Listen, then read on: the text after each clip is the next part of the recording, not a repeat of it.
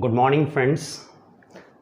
Tenses की इसी series को आगे बढ़ाते हुए आज हम अपने प्रेजेंट परफेक्ट टेंस का अध्ययन करेंगे। और दोस्तों, ये टेंस ट्रांसलेशन के पॉइंट ऑफ व्यू से और एरर्स के पॉइंट ऑफ व्यू से बहुत ही इम्पोर्टेंट हो जाता है। मैं इसमें दिखाऊंगा कि किस प्रकार से आप वाक्य को इन शब्दों के आधार पर पहचान सकते हैं और किस तरीके से सेंटेंस में यदि एरर है तो किस तरीके से आप उसे करेक्ट कर सकते हैं। तो वीडियो को पूरा देखते रहिए और बने रहिए हमारे साथ। तो शुरू करते हैं। जैसे कि आप देख सकते हैं, इन वाक्यों के अंत में क्रिया में चुका है, चुकी है, चुके हैं या आ है, ई है, ए हैं आदि शब्द आते हैं, अर्थात कार्य का पूरा होना पाया जाता है। देखिए, ये बहुत इंपॉर्टेंट बात है, अर्थात कार्य का पूरा होना पाया जाता है। जिस प्रकार से हमने कंटिन्यूस में बताया था कि कार्य का जारी होना पाया जाता है, उसी प्रकार से इस वाक्य में भी आप देखेंगे कि कार्य का पूरा होना पाया जाता है। जैसे कि हमने एक सेंटेंस लिखा, मोहन ने एक किताब खरीदी है, या फिर हम इसको ऐसे कह सकते हैं, मोहन एक किताब खरीद चुका है। दोनों एक ही बात है। मोहन ने एक किताब खरीदी है या मोहन एक किताब खरीद चुका है। इसको हम ट्रांसलेट किस बेस पे करेंगे? ये रूल आपका ट्रांसलेट करने का है, सब्जेक्ट प्लस हैज़ या हैव प्लस वर्ब की थर्ड फॉर्म प्लस ऑब्जेक्ट। और हैज़ या हैव को रखने का जो वो है हमारा, वो इस तरीके से हम हैज़ या हैव का प्रयोग करेंगे। यदि वाक्य का सब्जेक्ट ही, सी, इट और सिंगुलर नाउन है तो हम हैज़ का प्रयोग करेंगे। और यदि आपका कर्ता आई, वी, यू, दे और प्लूरल नाउन है तो हम हैव का प्रयोग करेंगे। तो इस वाक्य को फटाफट ट्रांसलेट कर लेते हैं। मोहन ने एक किताब खरीदी है, खरीदने वाला मोहन, तो क्या आएगा? मोहन। और आप देख सकते हैं मोहन कौन है? सिंगुलर नाउन है, तो हम हैज़ का प्रयोग करेंगे। मोहन हैज़ क्या एक्शन हुआ है? खरीदने का। खरीदने को कहते हैं बाई, बाई की third form bought, BOUGHT। Mohan has bought, क्या खरीदा है? एक किताब, बुक। एक और सेंटेंस ले लेते हैं। मैंने मोहन को निमंत्रित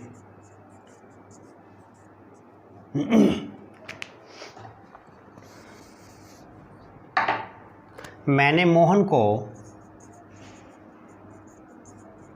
निमंत्रित किया है। तो मैंने या मैं मोहन को निमंत्रित कर चुका हूँ। आई हैव इनवाइटेड मोहन, क्योंकि हम आई, वी, यू, दे और प्लूरल नाउन के साथ हैव का प्रयोग करेंगे। और यदि वाक्य को आपको नेगेटिव बनाना है तो आप हैज़ या हैव के साथ नोट का प्रयोग करेंगे। जैसे कि रवि ने अपना पाठ याद नहीं किया है।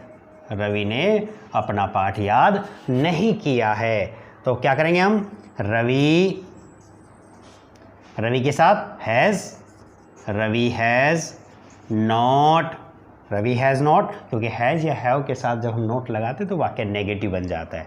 रवि हैज़ नॉट, याद करना, लर्न, लर्न की third form learned. Mohan has not, Ravi has not learned his lesson. Full stop.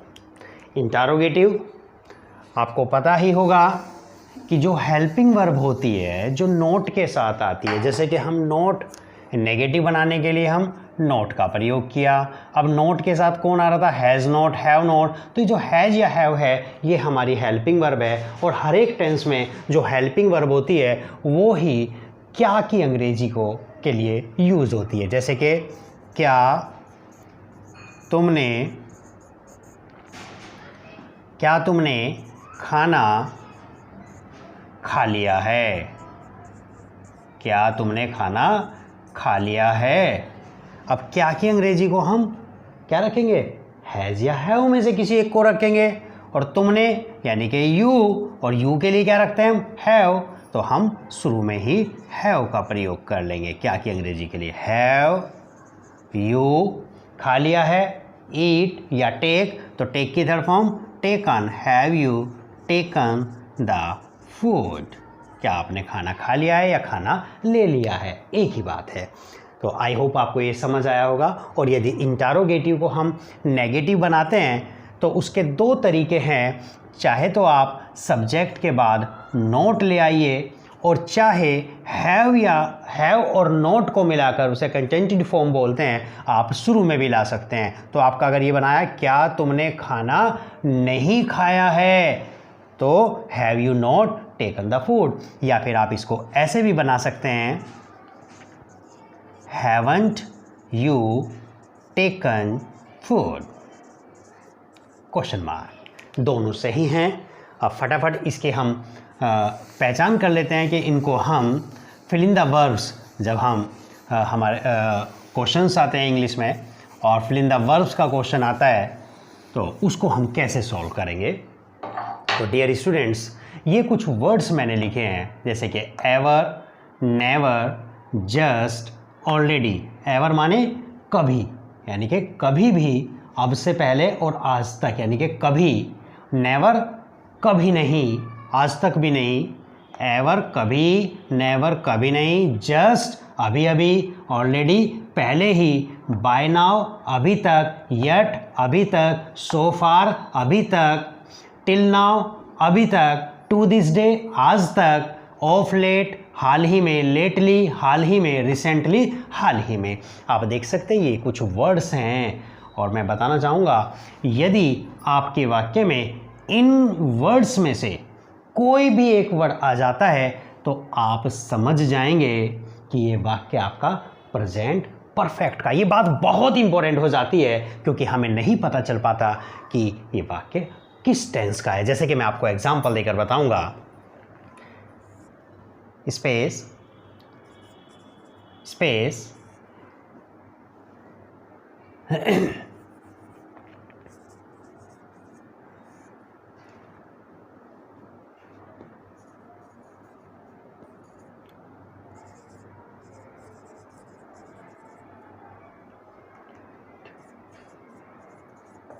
देखिए, आप देख सकते हैं एक वाक्य लिखा आपने, एक सेंटेंस लिखा। अब हम इसे कैसे पहचान पाएंगे कि वाक्य कौन से टेंस का है?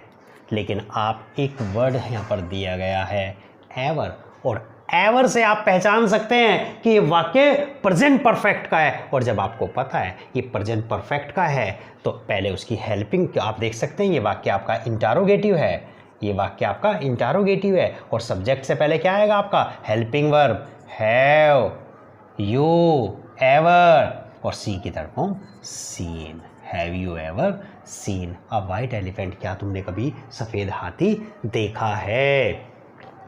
आई स्पेस जस्ट टी, और ब्रैकेट में एक वर्ब टेक।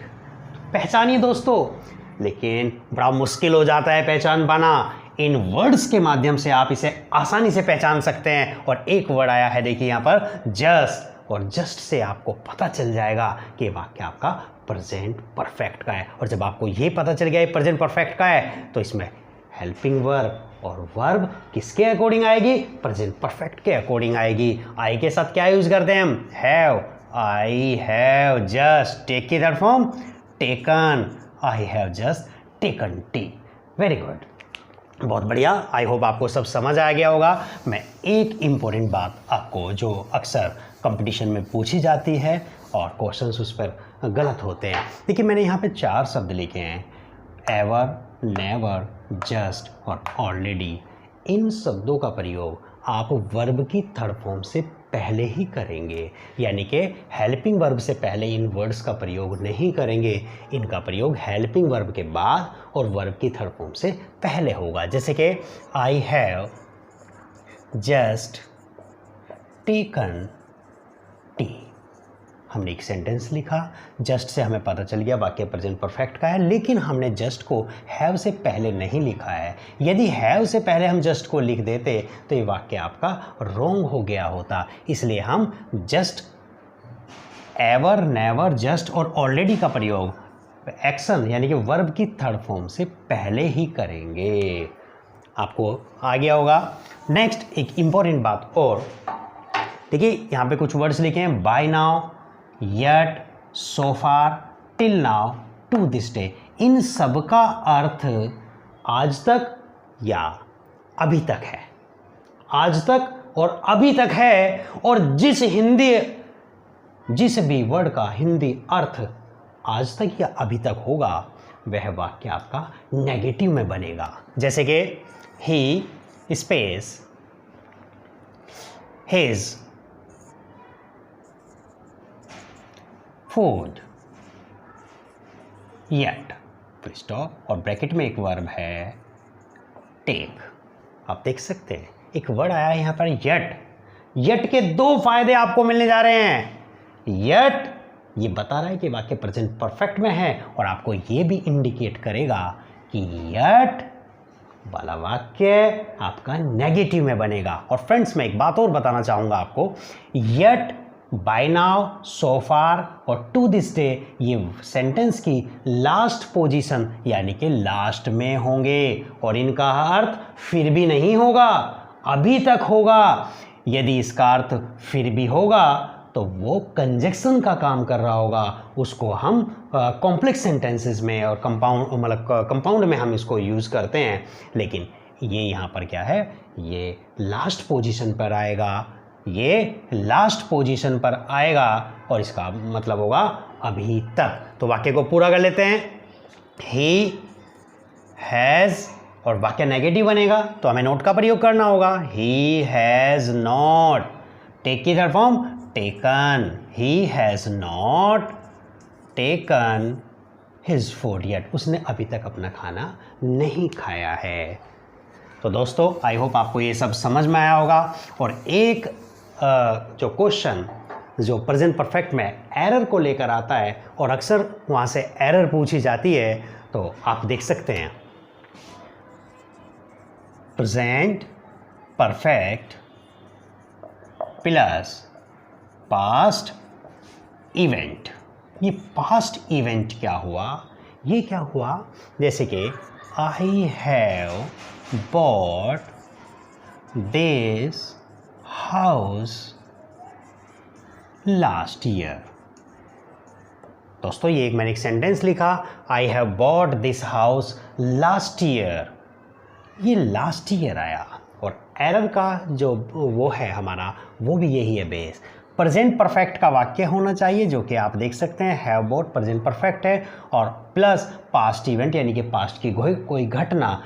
और ये जो कोई पास्ट की घटना है जो वर्ड इंडिकेट करता है कि this incident is related to past, उसको कहते हैं हम पास्ट का पॉइंट ऑफ टाइम। ग्रामर की भाषा में उसे पास्ट का पॉइंट ऑफ टाइम कहते हैं, और पास्ट का पॉइंट ऑफ टाइम क्या है यहाँ पे, लास्ट ईयर। और प्रेजेंट परफेक्ट वाले वाक्य में अगर कोई पास्ट की घटना का जिक्र करते हैं तो वो वाक्य हमारा प्रेजेंट परफेक्ट में नहीं बनता, वो वाक्य हमारा प्रेजेंट परफेक्ट में नहीं बनता, वो हमारा पास्ट इंडेफिनिट में बनता है। तो दोस्तों इस बेस पर ये सेंटेंस हमारा रॉन्ग हो जाता है। इस वाक्य को हम सही करेंगे और वाक्य की सेकंड फॉर्म का प्रयोग करेंगे। क्या बनाएंगे, आई बॉट, क्योंकि सेकंड फॉर्म का यूज करते हैं पास्ट इंडेफिनिट में, I bought this house last year.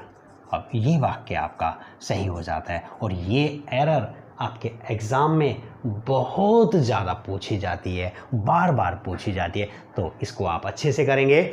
और एक एरर जो आप बच्चों को बड़ा कंफ्यूज करती है और कॉम्पिटिटिव एग्ज़ाम्स में बहुत ज़्यादा पूछी जाती है, मैं उस पर भी आपका ध्यान ले जाऊंगा। टीजीटी, पीजीटी, सीटेट, यूपीटेट बहुत पूछी जाती है, जैसे कि he has been a famous cricket player. He has been a famous cricket player. अब ये वाक्य आपसे पूछा, he has been a famous cricket player, पहले तो इसका आप हिंदी अर्थ क्या होगा? वह क्रिकेट का एक प्रसिद्ध खिलाड़ी रहा है। रहा है का मतलब यहाँ कंटिन्यूअस से नहीं है दोस्तों। रहा है का मतलब रह चुका है। वह क्रिकेट का एक प्रसिद्ध खिलाड़ी रह चुका है। तो यानी कि ये कौन सा टेंस हुआ? अगर आप देखेंगे तो अगर हेल्पिंग वर्ब के आधार पर इसको बताने की कोशिश करेंगे तो आप इसे प्रेजेंट परफेक्ट कॉन्टिन्यूअस सोच सकते हैं, लेकिन ये प्रेजेंट परफेक्ट कॉन्टिन्यूअस नहीं है, क्योंकि प्रेजेंट परफेक्ट कॉन्टिन्यूअस में हम बीन के साथ वर्ब की फर्स्ट फॉर्म में आईएनजी का प्रयोग करते हैं, जो कि यहाँ पर नहीं है। तो प्रेजेंट परफेक्ट कॉन्टिन्यूअस नहीं है। हो सकता है कुछ बच्चे ये सोचें कि ये प्रेजेंट परफेक्ट का पैसिव है, तो पैसिव भी नहीं हो सकता, क्योंकि बीन के साथ वर्ब की थर्ड फॉर्म का प्रयोग करते हैं। अब आप समझ गए होंगे, ये बीन वर्ब की थर्ड फॉर्म है। ये बीन वर्ब की थर्ड फॉर्म है। जब बीन के बाद कोई नाउन या एडजेक्टिव दिया हो तो बीन होने की थर्ड फॉर्म है। और मैं इसको क्लियर करना चाहूँगा, ये प्रेजेंट परफेक्ट है, पहले मैं ये क्लियर कर दूं, अब मैं इसका फार्मूला बताता हूं कि ये वर्ब की थर्ड फॉर्म कैसे है। देखिए एक्चुअली क्या है, ये बी वर्ब, बी की तीन फॉर्म होती है, इज, एम, आर, और इसकी सेकंड फॉर्म होती है वाज और वर, और इसकी थर्ड फॉर्म होती है बीन। और ये हम इज, एम, आर और वाज, वर और बीन नॉन एक्शन सेंटेंस में यूज करते हैं। नॉन एक्शन यानी कि जब एक्शन ना हो रहा हो। कैसे पता चलेगा ये नॉन एक्शन और एक्शन है? यदि मैं कहूँ आई एम ए टीचर, देखिए यहाँ पे कोई एक्शन नहीं हो रहा, हम किसी नाउन या एडजेक्टिव के बारे में बताते हैं। आई एम ए टीचर, ये प्रेजेंट इंडेफिनिट है, लेकिन क्योंकि इसमें एक्शन नहीं हो रहा तो प्रेजेंट इंडेफिनिट का नॉन एक्शन सेंटेंस हुआ। और यदि एक्शन होता है, जैसे आई टीच इंग्लिश, इसमें टीच एक्शन हुआ तो ये प्रेजेंट इंडेफिनिट का एक्शन है, एक्शन वाला सेंटेंस है। तो हम ये जो इज, एम, आर, वाज, वर और बीन का प्रयोग करते हैं ये नॉन एक्शन सेंटेंस में करते हैं। देखिए यहाँ पे कोई एक्शन नहीं हुआ, तो ये बीन क्या हुई है? ये बीन हुई है आपकी वर्ब की थर्ड फॉर्म। तो हैज़ और हैव के साथ जब वर्ब की थर्ड फॉर्म आ जाए तो वाक्य क्या बन जाता है? Present perfect. तो दोस्तों ये क्या है? प्रेजेंट परफेक्ट है। अब मैं इसी को आगे बढ़ाते हुए एक बात आपसे और शेयर करना चाहूँगा कि बीन बड़ा इंपॉर्टेंट हो जाता है। यदि बीन प्लस टू और प्लेस आया है, बीन के बाद टू और टू के बाद प्लेस, जैसे कि he has been to America, he has been to America last week. तो दोस्तों ये बहुत इंपॉर्टेंट बात है। ये वाक्य आप देख सकते हैं। अब आप इसे क्या मानेंगे? अभी आपको बताया था ऊपर, तो उसी बेस पे तो आप इसे प्रेजेंट परफेक्ट मान सकते हैं। लेकिन नो, गौर से देखिए, इसमें एरर है और आप इसे सही मान सकते हैं, लेकिन नहीं। यदि बीन के बाद टू दिया है और टू के बाद कोई प्लेस दिया है तो इस बीन का अर्थ गोन हो जाता है। क्या हो जाता है? गोन हो जाता है। और ये क्या हुआ फिर? हैज़ बीन यानी कि हैज़ गोन, प्रेजेंट परफेक्ट, और लास्ट वीक पास्ट इवेंट। तो वाक्य तो आपका रॉन्ग हो गया। ये वाक्य आपका रॉन्ग है। इस वाक्य को करेक्ट करेंगे तो जब गोन वर्ब की थर्ड फॉर्म है तो इसकी सेकंड फॉर्म का हम प्रयोग करेंगे। और सेकंड फॉर्म में क्या आता है? He went to America last week.